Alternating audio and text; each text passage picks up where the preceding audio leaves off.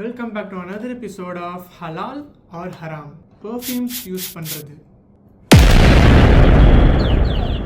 Perfumes use பண்ணுறது நம்ம இஸ்லாத் வந்து அதிகமாகவே ரெக்கமெண்ட் பண்ணியிருக்கு ஆண்களுக்கு.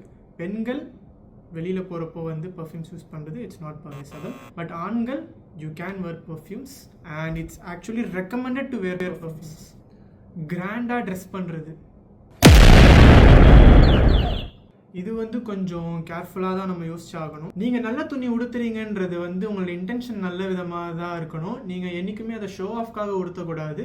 நான் வந்து இறைவனோட அடியான், நான் வந்து நல்லா ட்ரெஸ் பண்ண போகிறேன், ஏன்னா நான் தொழுக போகிறேன். நம்ம படைச்சவனை நம்ம பார்க்க போகிறப்போ நம்ம நல்ல துணிமணியில் இருக்கணும். ப்ளஸ் 4 பேர் முன்னாடி நம்ம கண்ணியமாக இருக்கணும், அது ஃபைன்.